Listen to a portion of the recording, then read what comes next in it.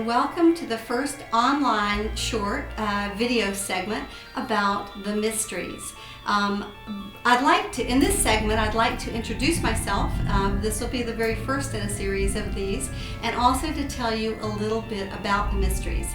First off, for those who don't know me, my name is Tricia McCannon. I live in Atlanta, Georgia, and I travel and teach and speak all over the world. This is something I've done for some 20 years. In my straight Clark Kent life, like many of you, I do have a straight Clark Kent life, or I certainly have had for many years. I have been a commercial advertising photographer, an art director, and director, and done some video. Consequently, these are halfway decent videos. But in my Supergirl life, like many of you, I have a Supergirl life. I am a clairvoyant. I have had the gift of sight and inner sight, clairvoyance, inner hearing, and clairsentience since I was a little girl. And as I talk about in one of my two books, I have two books out. Dialogues with the Angels is the very first one, and then the second one is Jesus, the explosive story of the 30 lost years in the ancient mystery religions. And that one's just out in March of 2010 through Hampton Road. So many of you may have read the book. Many of you who are listening to this video might not know anything about the book.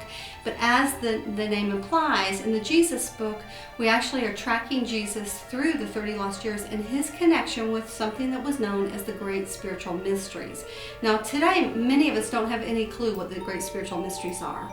Although all around us we can see some evidence that parts of this wisdom is beginning to rise again on our planet in a number of different ways.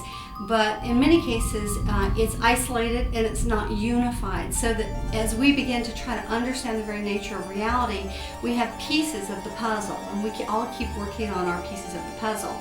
And eventually, of course, if we have enough pieces, perhaps we'll begin to see the big picture.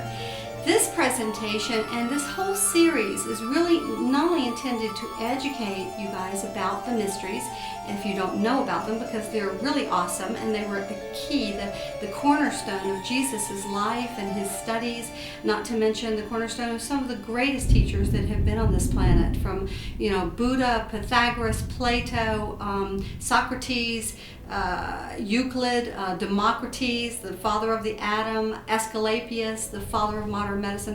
There are many wisdom keepers from both the ancient world and the more modern world of the last 1,000 years that have studied the ancient mysteries. So one question people often ask me is exactly what are the mysteries? Well, we could say that they are the discovery of the reality behind the visible world. That's one of the things we could say about the mysteries. When we study the mysteries, we seek to not only understand the world that we see around us, the exoteric world, but we seek to peel back the veils, if you will, to penetrate into a deeper place, a place where we really connect with the heart of the divine that is operating in intelligence all around us. Now today, I know many of us are in places of hardship. There's a lot going on with our society, with geopolitical situations, with physical earth changes, with the financial stock markets. People are losing their homes and losing their jobs, and although some people are getting jobs, you've got it on all sides. But let us say that many of us are asking deeper questions. We're not just content to kind of skate along. Some of us are having to deal with survival, but those questions continue to nag us at a deeper level. They never really let us go. Who am I? Where did I come from? What am I doing on this planet? What does all this mean? What does all the suffering mean? What does all the hardship and struggle mean? What does all the challenge mean? Does it mean anything? And is there any intelligence behind it? And how can we extract a deeper level of sweetness or satisfaction or fulfillment from our lives? These are questions I think we all ask ourselves. And so the mysteries answer these questions. That's that's why people study them. The mysteries bring us not only into a mental, intellectual understanding of a much more profound picture of reality that is infinitely entertaining, and there's always another aspect to learn, another page to turn, another layer to pull back, but they also bring us into a direct connection with the divine, with God, with the source of everything. And some of you who are listening to this may believe in God, some of you may speculate whether God is real, but I would put it to you like this: we're kind of like fish in water. We have been in the water so long, we're swimming around saying, do you see any water? I don't know, do you see any water? In fact, the water is everywhere, and we're in the water. We're in the divine. We're in the body of the divine. So the mysteries, oh, did you hear that? That was thunder. Is that like exciting? We're filming this in the middle of a storm, so you guys are going to have all the energetic ions coming into you through the video. So enjoy it, vicariously. You could become awakened. So the mysteries are intended to do this very thing, to awaken us mentally, spiritually, emotionally, and physically, and ultimately to walk the path of the great masters of wisdom. Now, these masters are called by many names, and there have been many chapters of them.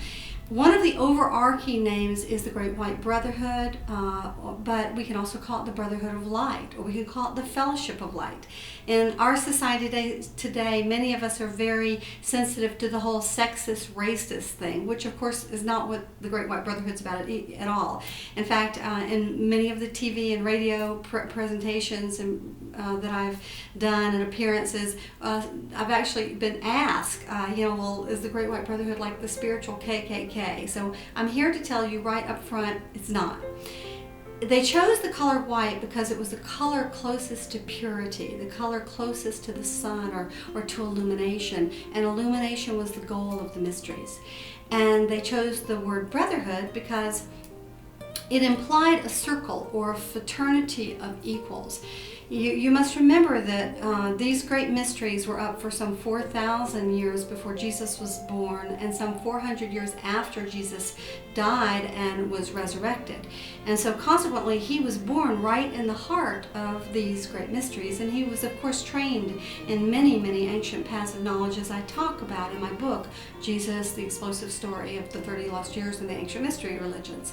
So in that book, we actually travel not only into the knowledge of the mysteries, but we take a look at how they express through the Druids, through the Celtics, through the Persians, through the Magi, through the Buddhist in Rajagira, in place of enlightenment for the Buddha, in ancient Egypt, the motherland of the mysteries, where Jesus studied for over 7 years. So in teaching you these mysteries, I want to make clear that we are talking about happiness, and we are talking about enlightenment, and we're talking about putting together the pieces of the puzzle that the soul itself has long quested after. So this beginning presentation perhaps begins to introduce the mysteries to you, and we're going to pick up in our next exciting installment and see where we go from there. Thanks so much for joining us. Please check out our website, where I have many DVDs and CDs about these mysteries, and where if you need to order my books, you can certainly order them. And that website is www.triciamccannonspeaks.com.